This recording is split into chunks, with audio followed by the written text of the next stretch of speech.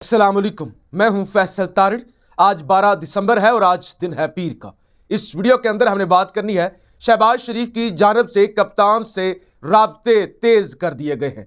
PDM में नून league जो राब्ते कर रही है और बड़ी तेजी के साथ राब्ते और तरले मिन्नतें कर रही है इमरान खान साहब के, इसको लेकर फड्डे शुरू हो चुके हैं और आधी पीडीएम नाराज हो चुकी है कि वो हमें जूते मारता है, हमें चोर कहता है, हमें डाकू कहता है, हमें जाली मौलवी कहता है, हमें डीजल कहता है, हमारे नाम वो बिगाड़ बिगाड़ के हर जगह पेश करता है और हम उसका सर्फनाश करने के बजाय हम तो आए थे कि हम उसे नायल करवा देंगे, हम उसे जो है वो रास्ते से हटा देंगे, वो हमारा सियासी मुकाबला कभी भी नहीं कर सकेगा, हमारे सामने सर नहीं उठा सकेगा। हमने अपने सर उसके सामने झुका दिए हैं और हम उसके साथ मुज़ाकरात कर रहे हैं, बातचीत कर रहे हैं। ऐसा क्यों हम कर रहे हैं? तो इसको लेकर फड्डे भी शुरू हो चुके हैं। इलेक्शन कमीशन इस सारे मामले से पीछे हटता हुआ नजर आ रहा है कि इमरान खान को नायल करना है, इमरान खान को सजा देनी है, इमरान खान को पार्टी चेयरमैनशिप के ओहदे से हटाना है। तो इस हवाले से भी हमने बात करनी है। जनरल आसिफ गफूर की जानब से एक बड़ी खुशखबरी सुनाई गई है, किस तरह से उन्होंने पूरी कौम के दिल जीते हैं, इस हवाले से भी हमने बात करनी है। और शहबाज शरीफ आज हंगामी तौर पे कौम से खिताब करने जा रहे हैं। असम्बलियां तोड़ने के हवाले से भी बात होगी। इमरान खान की जानब से जो इल्जामात लगाए गए हैं उन पर भी जवाब दिया जाएगा। तो सबसे पहले जी, पीडीएम इस वक्त कंफ्यूज तरीन जमात के कंफ्यूज तरीन एक पार्टी के सारे चोर एक तरफ हैं, केसेस भी माफ करवा लिए हैं, सुलेमान शहबाज भी वापस आ चुके हैं, कोई भी नहीं रह गया जिसका केस माफ ना हुआ हो सिवाय बाऊजी के। वो कहते हैं कि आपने तो सारे केसेस अपने माफ करवा लिए, मरियम का माफ हो गया, शहबाज के, हमजा के, सुलेमान शहबाज के, इसहाक डार के, मैं जो पार्टी का सरबराह हूं मैं वैसे का वैसा पड़ा हुआ हूं। अब बाबूजी के केस माफ होना इतना आसान काम नहीं है। वो नायली खत्म करने के लिए तो 2/3 मेजोरिटी चाहिए, लिहाजा 2/3 मेजोरिटी के लिए इमरान खान की मिन्नतें तो की गई कि आप वापस आए असेंबली के अंदर और मिलकर ये 62-63 जो है वो खत्म कर देते हैं।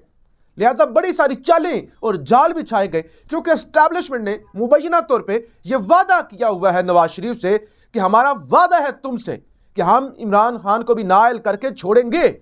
अब वादा तो कर लिया और कैलकुलेशन भी कर ली, लेकिन 24 करोड़ लोग जो दीवार बन के खड़े हो गए हैं उनसे सब डरते हैं।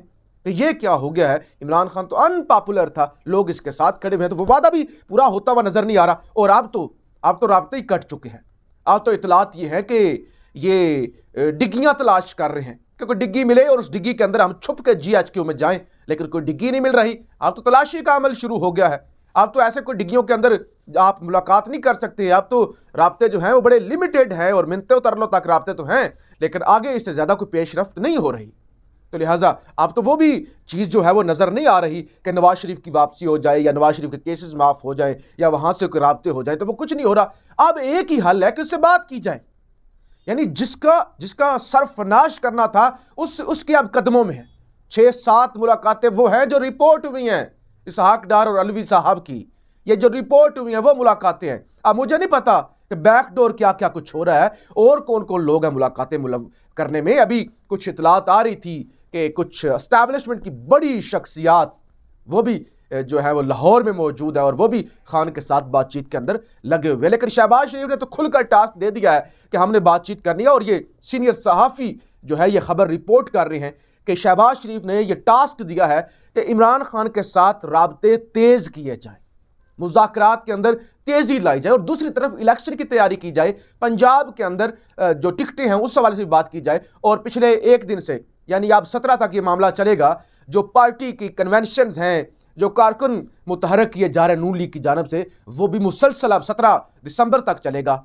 17 दिसंबर को आखिरी जो कन्वेंशन होगा वो फैसलाबाद के अंदर होगा और कल इस्लामाबाद के अंदर वर्कर कन्वेंशन नून लीग का होने जा रहा है। तो एक तरफ टास्क दिया गया कि इमरान खान के साथ फौरी, हंगामी और तेजी लाइन राब्तों के अंदर और मुज़ाकरात के अंदर, और दूसरी तरफ अब पीडीएम नाराज है, जो मैंने शुरू में बात कर दी थी कि किस वजह से नाराज है। अब जनाब जरदारी साहब और चौधरी शुजात हुसैन साहब की ड्यूटी लगाई गई है कि आप फजलुर रहमान को मनाएं, क्योंकि इस वक्त जो सबसे बड़ी दीवार है ना मानने में, वो है फजलुर रहमान। इस वक्त वो कहते हैं मुझे तो कुछ मिला ही नहीं, मेरा वो एक आपने बहनोई या पता नहीं क्या है उसको गुलाम अली, हाजी गुलाम अली, उसको आपने गवर्नर तो बना दिया, लेकिन मुझे जो कहा था सदर बनाएंगे वो सदर तो बनाया ही नहीं है। मैं इधर ऐसे ही फिर रहा हूं, बुग्स के अंदर मर रहा हूं और इतना बुग्स के अंदर कुड़ता हूं कि खवातीन को भी नहीं बख्शता, उनके खिलाफ भी बयान दाग देता हूं और उसके बाद जो होता है।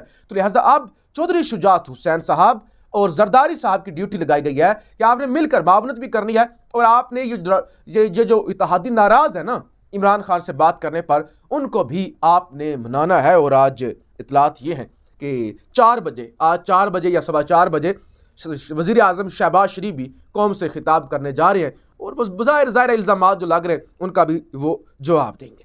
जबकि इलेक्शन कमीशन जो बड़ा तपा हुआ था और इंतजार हो रहा था, कल है 13 दिसंबर, अचानक कल 13 दिसंबर 5 केसेस थे इमरान खान के खिलाफ जो इलेक्शन कमीशन में कल जिनकी समाअत होनी थी।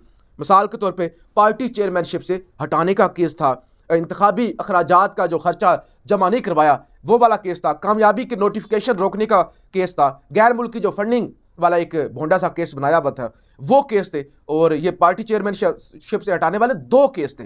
तो इस तरह के ये 5 केसेस बन रहे थे जो इमरान खान के खिलाफ कल समाअत होनी थी इलेक्शन कमीशन के अंदर, और बड़ा इंतजार किया जा रहा था कि शायद ये कल 13 दिसंबर को खान साहब को नायल कर दें या पार्टी के ओहदे से हटा दें। अचानक ये खबर आती है कि ये केस डी लिस्ट हो गया, यानी कल ये केसेस नहीं सुने जाएंगे। और कहा गया क्योंकि बेंच मुकम्मल नहीं है, अमला मुकम्मल नहीं है, लोग जो है वो अचानक लोग मौजूद नहीं है। जो एक बेंच होता है ना, एक तादाद 5 रुकनी, 2 रुकनी, 3 रुकनी, जितना भी, वो मौजूद नहीं है। लिहाजा अब जो है ये केस सुना जाएगा 20 दिसंबर को। अब 20 दिसंबर आएगा, क्या होता नहीं होता, लेकिन ये अचानक ये सब कुछ होना कि लोगों का चला जाना, डी लिस्ट हो जाना केस, ये भी एक बड़ी पेशरफ्त है कि ये जो इलेक्शन कमीशन को इस्तेमाल करके इमरान खान को रास्ते से हटाने की मुहिम थी वो भी अब खाक में मिलती हुई नजर आ रही है। दूसरी जानब जनाब जनरल आसिफ गफूर, एक दबंग जर्नैल और मेजॉरिटी पाकिस्तान के अंदर जो फौज से मोहब्बत करती है, वो जनरल आसिफ गफूर को अपना हीरो समझती है। और जनरल आसिफ गफूर जिस तरह से जब भारत के साथ पाकिस्तान की जंग शुरू थी, ये 27 फरवरी का वाकया, वो जहाज गिराना, ये सारा मामला, और उससे पहले भी 5th जनरेशन वारफेयर जब थी और ISPR थे आसिफ गफूर साहब, तो हीरो और एक दबंग जर्नैल के तौर पर इनको जाना जाता है। और इस वक्त कोर कमांडर ये क्वेटा है।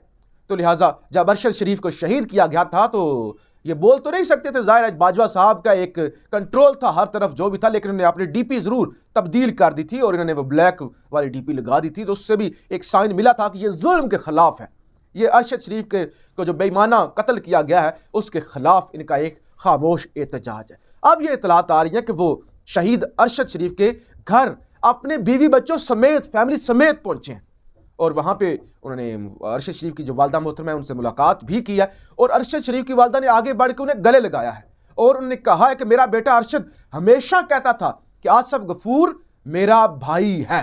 तो चंद दिन पहले भी खबर आई थी कि आर्मी चीफ ने भी मुलाकात की थी अरशद शरीफ की वालदा से, और अब जो है वो जनरल आसिफ गफूर की जानब से भी मुलाकात की गई है। तो ये एक बड़ी मुस्बत पेशरफ्त है कि बाजवा साहब के जाने के बाद वो लोग जो खामोश थे, खामोशी से देख रहे थे, कुछ नहीं कर सकते थे, वो भी अब आगे बढ़ रहे हैं। तो उम्मीद है अब इंसाफ मिलेगा और जो है वो अरशद शरीफ की वालदा को और अरशद शरीफ को इंसाफ दिया जाएगा। तो ये एक बड़ी अच्छी खबर है इस सारी स्ट्रेस के माहौल में कि एक ऐसा हीरो कौम का उसकी जानब से फैमिली समेत, बच्चों समेत आना और ताज़ियत भी करना और फिर उनके घर वालों का इस तरह से वेलकम करना और कहना कि अरशद साहब भी जो थे वो आसिफ गफूर को अपना भाई समझते थे और उनका एहतराम करते थे। तो ये सारे मामलात है, बड़ी तेज़ी के साथ मामलात जो हैं वो तब्दील हो रहे हैं कि नून लीग भी अब चाहती है कि किसी ना किसी तरह इज्जत भी बच जाए और हुकूमत भी हमारे पास ना रहे, यानी बड़े बाइज्जत तरीके से हम हुकूमत अबूरी सेटअप को देकर रुखसत हो जाए, क्योंकि मुल्क तो